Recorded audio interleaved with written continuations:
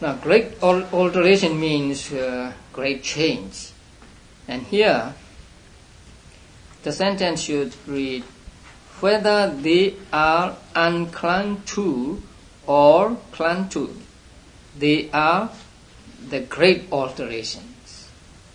So, I'll read again. Whether they are unclung to or clung to, they are the great alterations. That means whether they belong to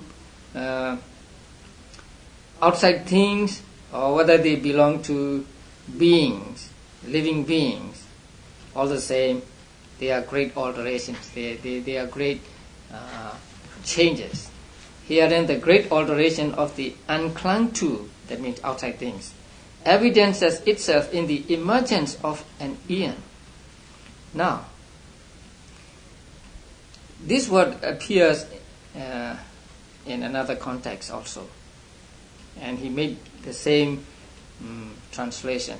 But on page 329,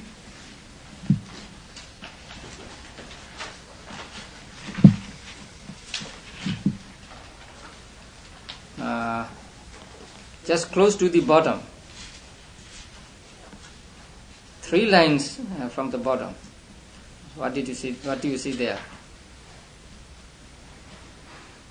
Page 329. Medical charms resembling the fire that ushers in the end of an eon. So here also it should be the end of an eon, not emergence. The Pali word here is deceptive. So when the world, at the time of the destruction of the world, you see this change very, very clearly. Everything is destroyed. So the great alteration of the unclung to in organic lifeless things evidences itself in the end of an eon, and that of the clung to in the disturbance of the elements in the body. That means we believe that at least these 4 elements should be well balanced. If there is too much of the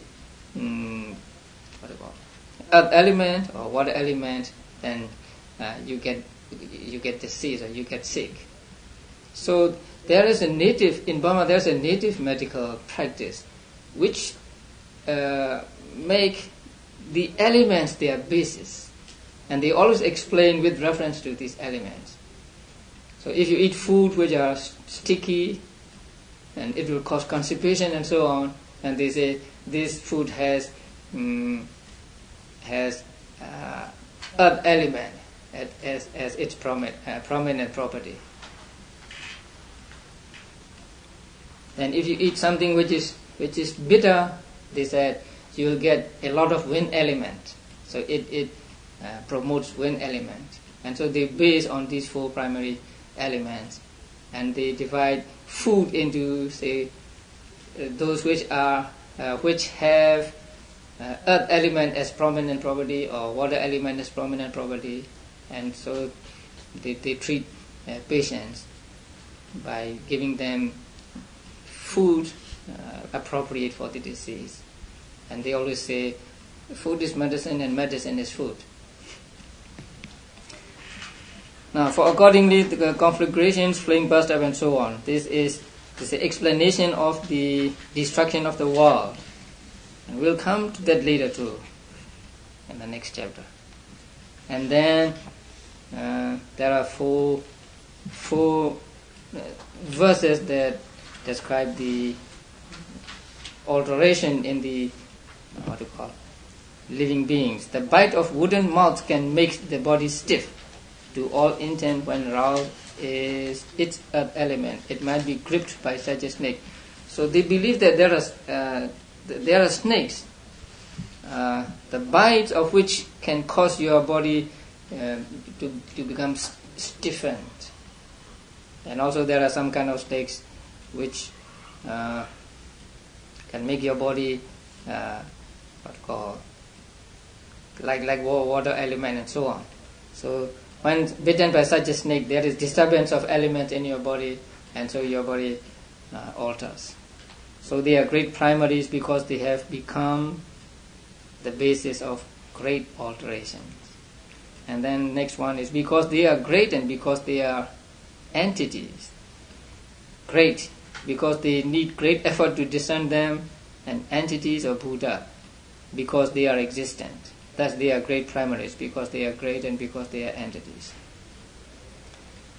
And then, again they are elements, because of bearing their own characteristics, because of grasping suffering, and because of sorting out, or because of producing suffering, and because none of them are exempt from the characteristic of being elements.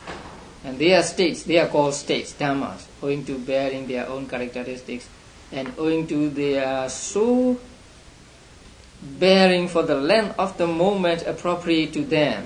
Now, the sub-commentary explains here the word dharana as not bearing, but just as existing. Existing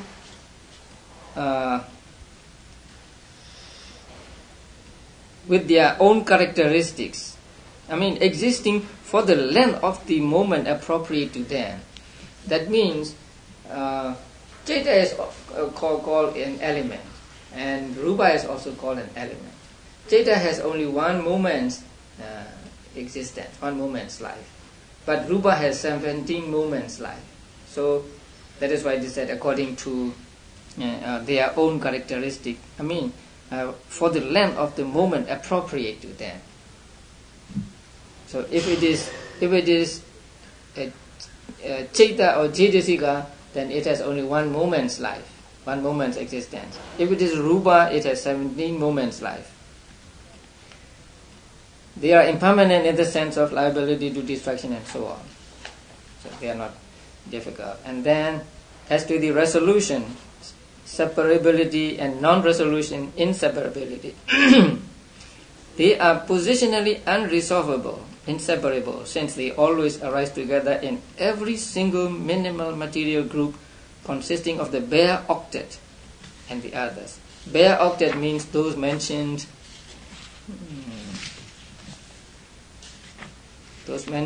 on page 397, paragraph 88. Color, odor, taste, nutritive essence, and the 4 elements. They are called bare octet.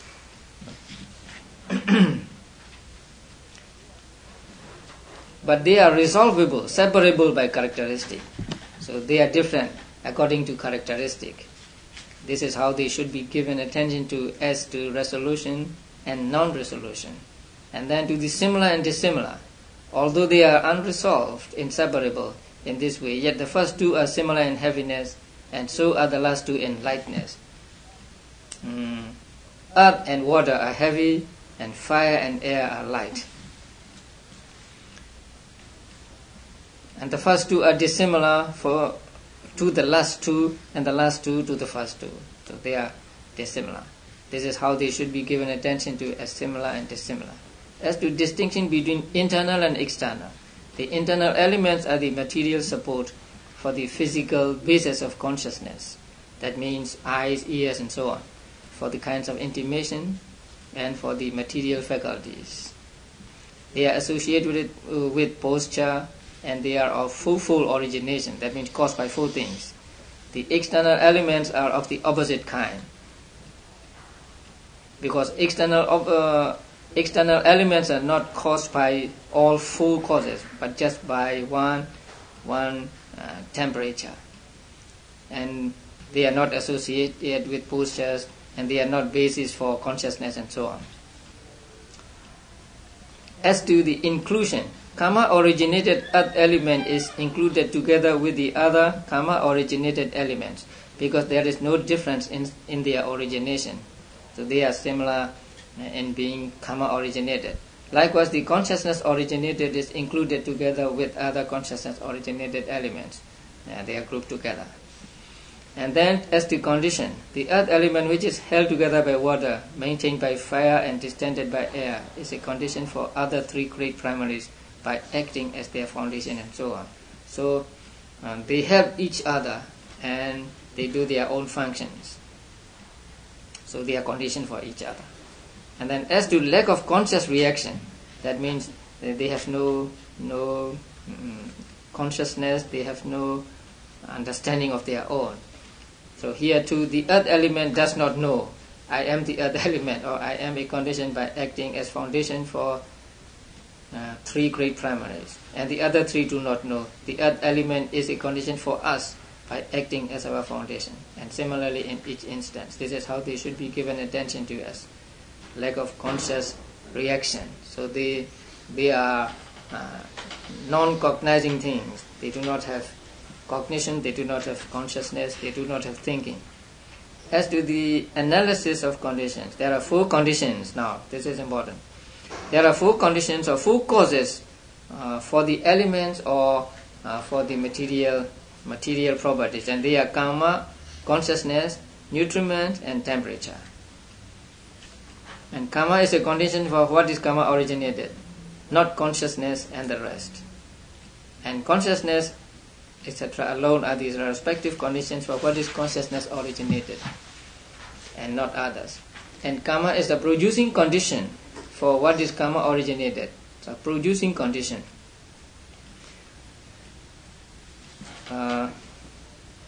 For what is karma originated, it is indirectly decisive support condition for the rest. You have to use knowledge of patthana to understand this.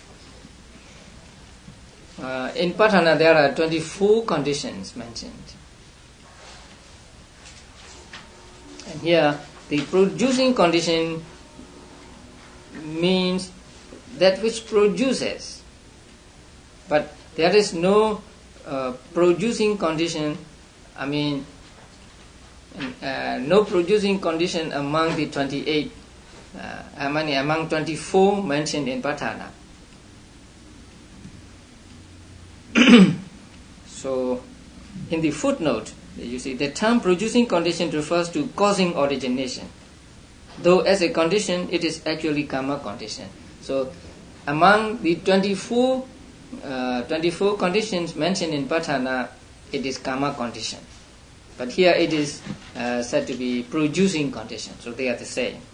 For this is said, profitable and unprofitable volition is a condition as karma condition, for resultant aggregates and for materiality due to karma formed.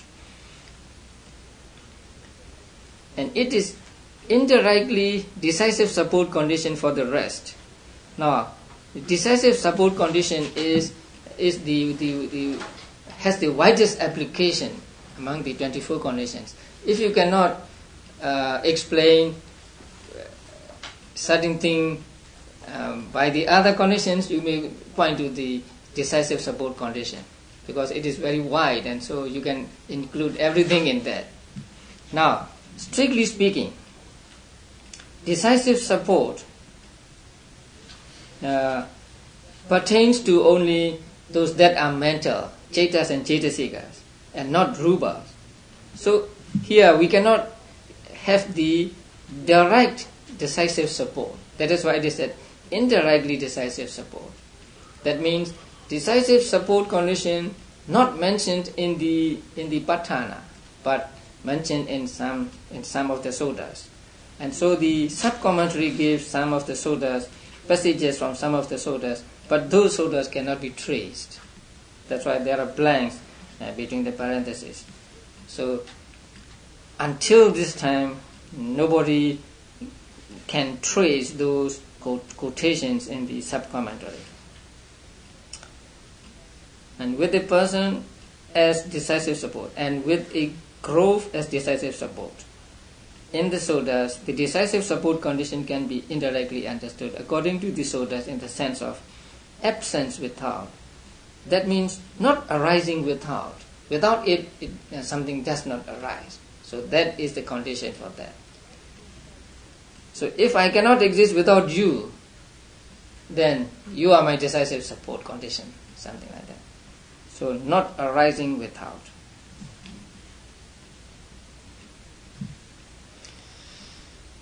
And the others are also explained that way. So that needs, but I mean the knowledge of patthana. So I think we will skip this.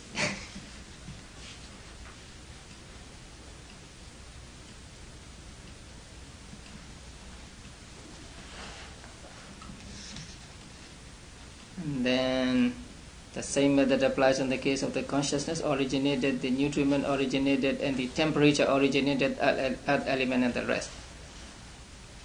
Paragraph 113. And when these elements have been made to occur through the influence of conaissance, etc., conditions with 3 in 4 ways to 1 due, and likewise with 1 due to 3, with 2 in 6 ways due to 2, thus their occurrence comes to be.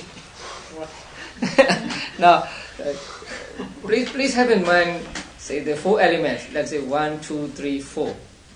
So what is explaining here is 1 is dependent on the other 3.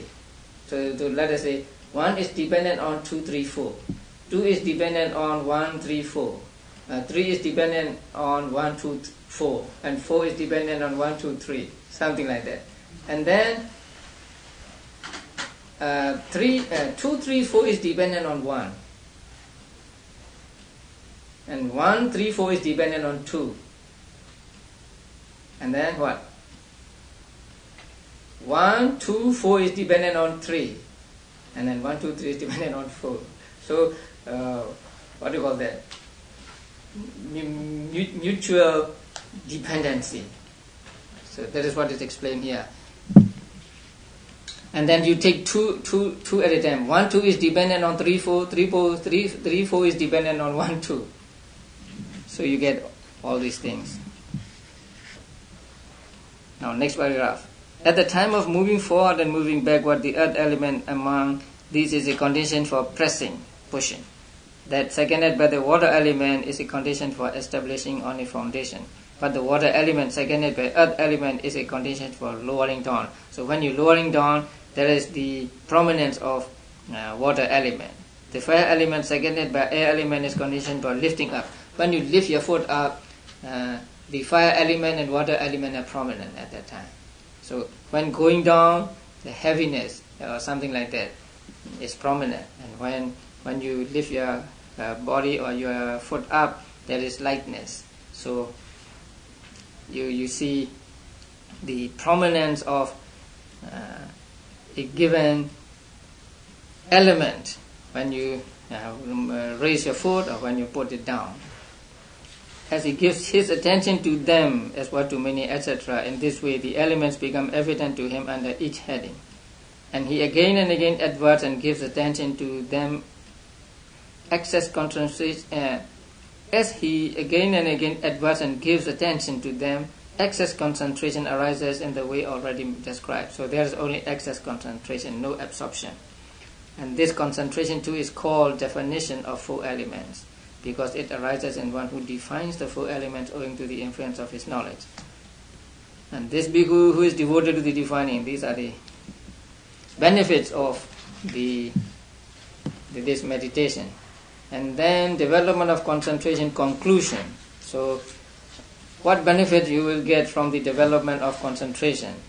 And the benefits are given in detail from paragraph 120 onwards. So the first benefit is what?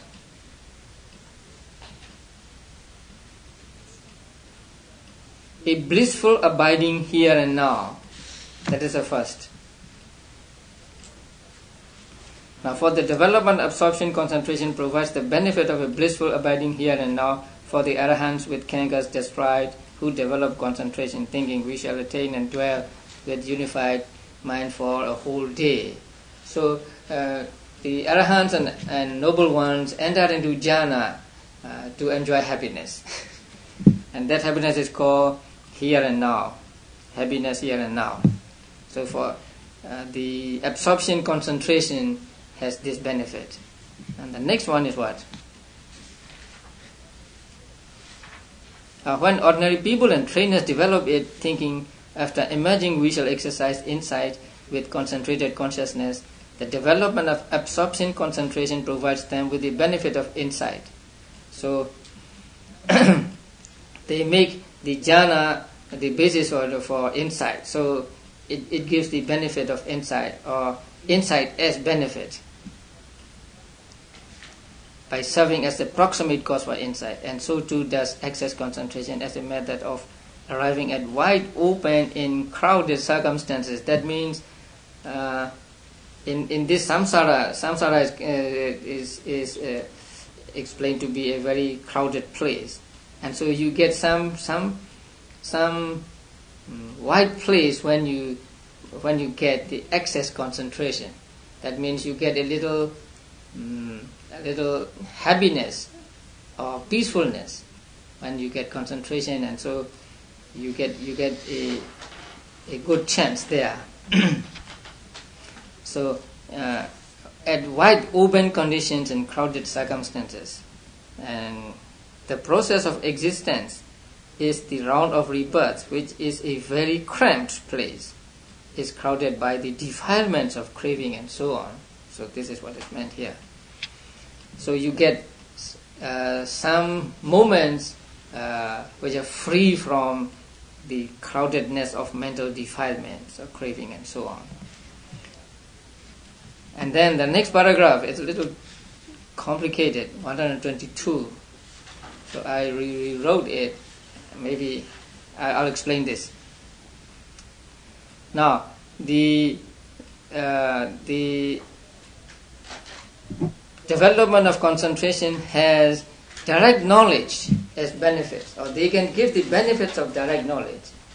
The development of absorption concentration. Now, when a person has attained all 8 attainments, that means 8 jhanas, and then he want to get the direct knowledge. So if he want to get the direct knowledge, what must he do? So he entered into these these 8 attainments, and then make one of them actually the 4th jhana. Make one of them as a basis for direct knowledge.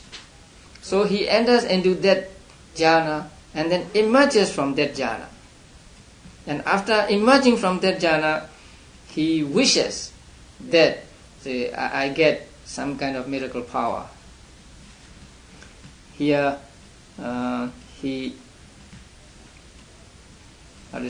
having been one, he becomes many.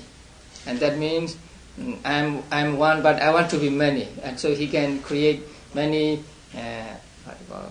resemblances of him, like Chulapantaka did. So he wishes for that kind of power, and then he practices meditation, and then he gets the direct knowledge. So that is what is explained in this paragraph. But it's difficult here to understand. But the meaning is that. So after getting all 8 jhanas are called attainments here. If he wants to get the direct knowledge, then he enters into one jhana as a basis for direct knowledge, and that jhana is the 4th jhana. And then emerging from that jhana, he again makes a wish or something that having been one, I may become many. And then as a result of his meditation, he will get the direct knowledge. And direct knowledge really means the ability to create himself into many persons, or the other abhinyas also.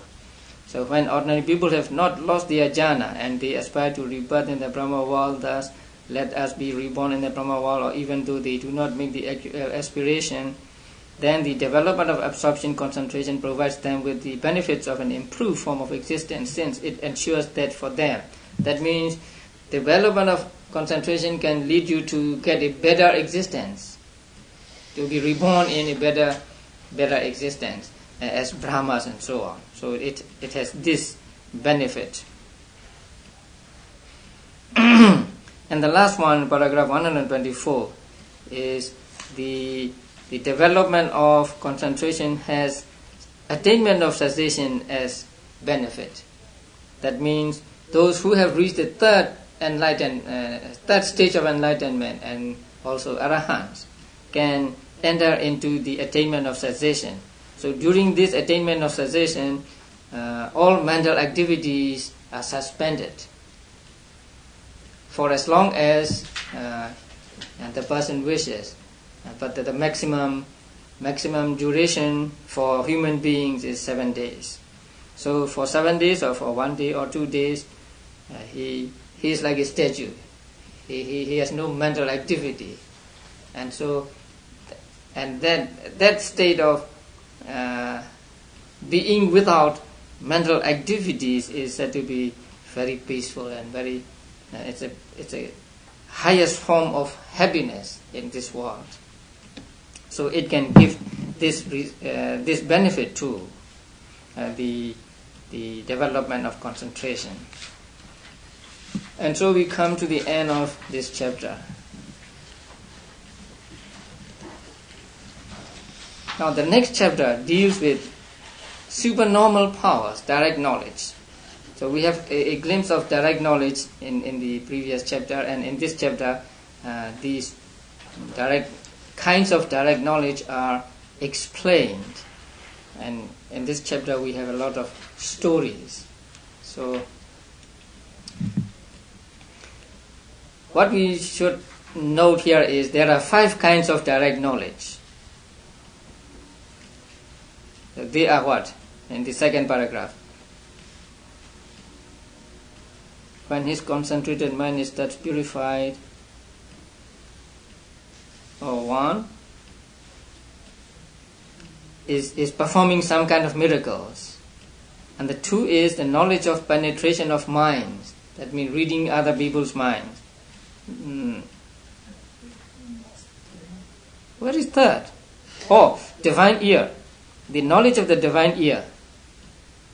That means hearing sounds far away. And those hearing sounds that cannot be heard normally. And then the knowledge of the penetration of minds. And then the knowledge of recollection of past lives. And then the knowledge of passing away and reappearance of being.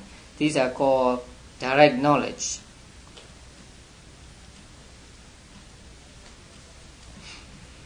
And the kinds of supernormal power, if a meditator wants to begin performing and so on.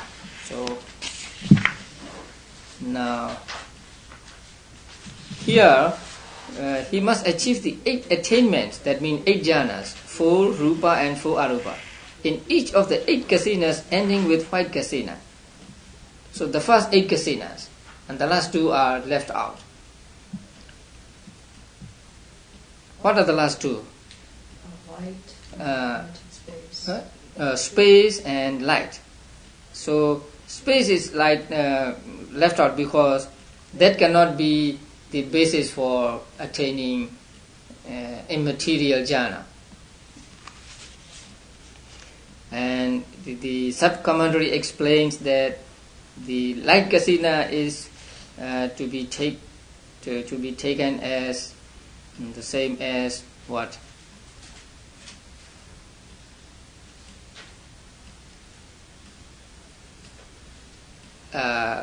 White kasina. So in the Visuddhimagga only 8 kasinas are mentioned here, but the commentary says, sub-commentary says that we can take also the light kasina, but it is included in the white kasina.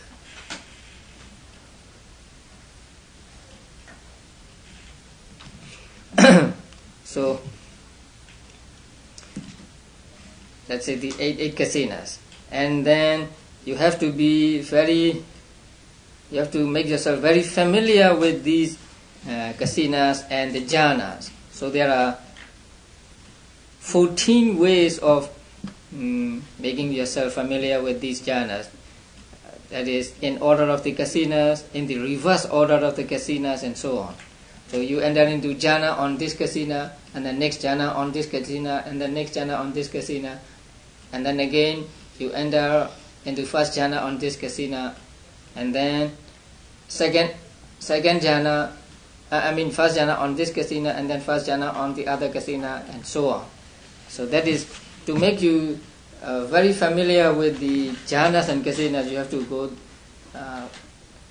in many different ways.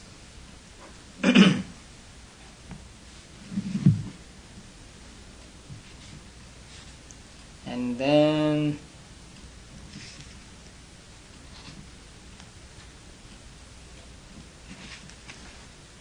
there are many stories in this chapter.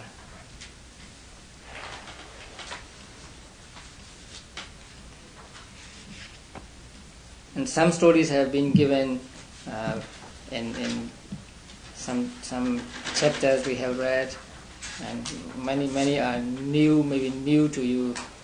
Now on page 412, the Giri Banda Wahana offering at the end of the 10th paragraph, and then there is a footnote. Now, in Pali, the word for island and a lamp is the same, the word Diba. So he took Diba Puja to mean island offering, but it is not island offering. it's ridiculous if you say island offering. So it is a light offering. So during that festival, say lights are offered to at different places, like starting with the Chetiya Giri Mihintale and extending over the whole island and up to a league into the sea. So that is light offering festival, not island offering. And then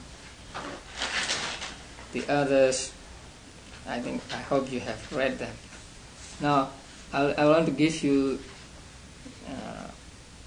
page numbers of some stories if you want to go read in more detail. And on page, let me see,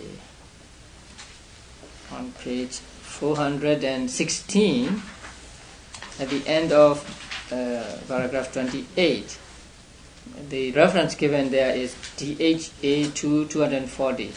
So if you have the book Buddhist Legends, then part 2, page 238.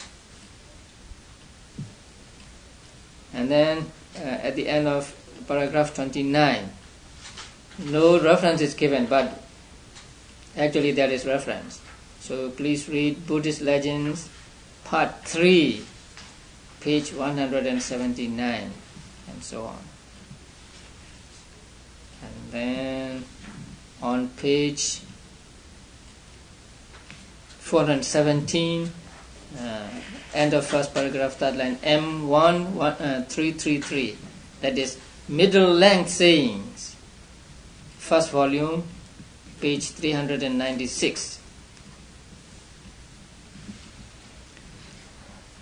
And then end of paragraph 33, DHA 254, that is Buddhist Legends, part 2, page 246.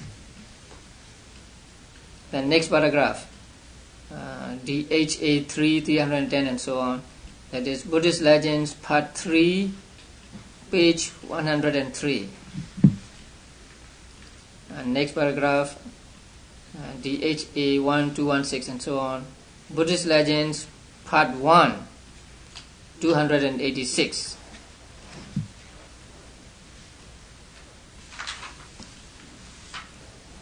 And then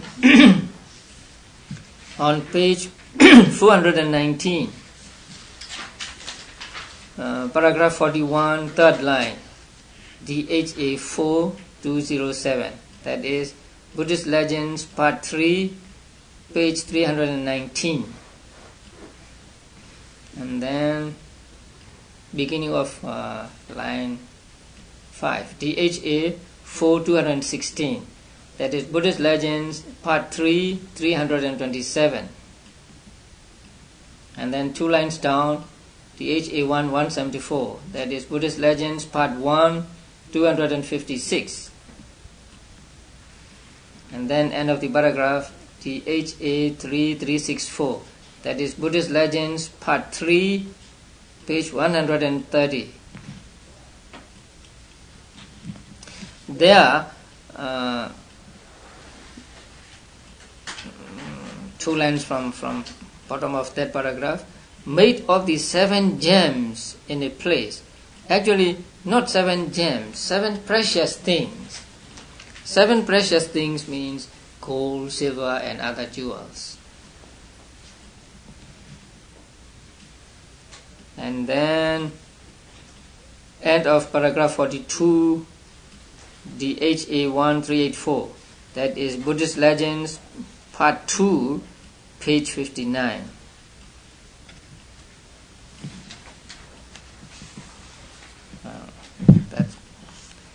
So those are the references. And in the part we have covered the 10 kinds of we are called 8D, success power. 10 kinds of success powers are given, and they are all of them are interesting. So if you have time, please study it again.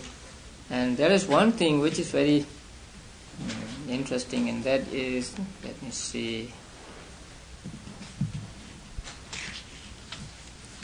paragraph 26. A distinction brought about by the influence of knowledge, either before the arising of the knowledge or after it or at that moment, is called success by intervention of knowledge. Now, if a person is going to become an arahant in that life, he will not die, however much attempt is made to his life. He will not die without becoming an arahant. And so the knowledge of arahantship, which he is going to acquire in that life, protects him from being killed. That is very strange thing. So if you are going to become an arahant, then you will not die without becoming an arahant. Nothing can cause you to be killed. So the stories are given. The first one is the story of Venerable Bhakkula. So in this story, so he was swallowed by a fish. His mother was bathing him in the river, and he was swallowed by the fish. And the fish was caught by a fisherman and sold to a lady. And the lady who wanted to cook the fish cut it open and saw the child there, alive. So he did not die in the stomach of the fish, because he was destined to reach enlightenment in that life.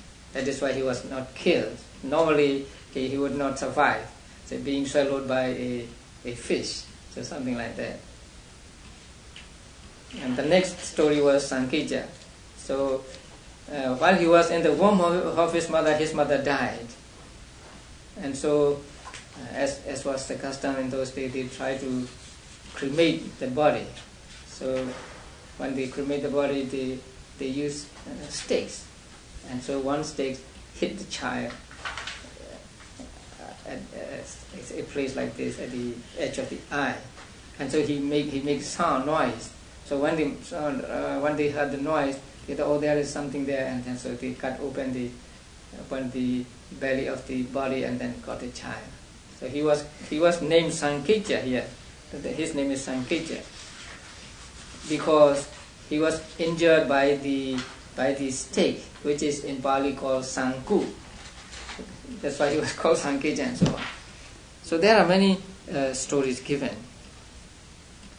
And then Buddha Pala. And also those who cannot be harmed while they are in attainment. So that begins with paragraph 30. So Sariputta was in attainment, and so no harm could come to him, and then Sanjiva, and so on. And I think we have reference of the devotee Uttara, say some weeks back, and also about Samavati. So they are to us miracles, but these miracles are caused by the intervention of concentration or intervention of knowledge, and so on. So these are interesting stories. Some are not among them. Some are not caused by any meditation or concentration, because the fact that the birds can fly and so on, they are also called success or miracles, and they got that ability just by birth, by being born as a bird, so they can fly through the air, but we cannot. So these 10 kinds of success are mentioned in the first part of this chapter. Okay.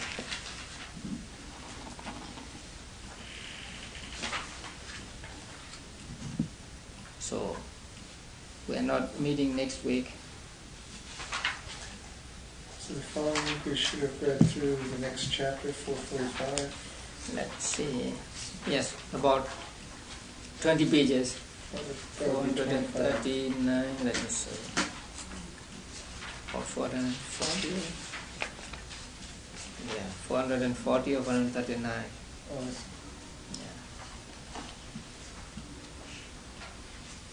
Yeah. Direct knowledge.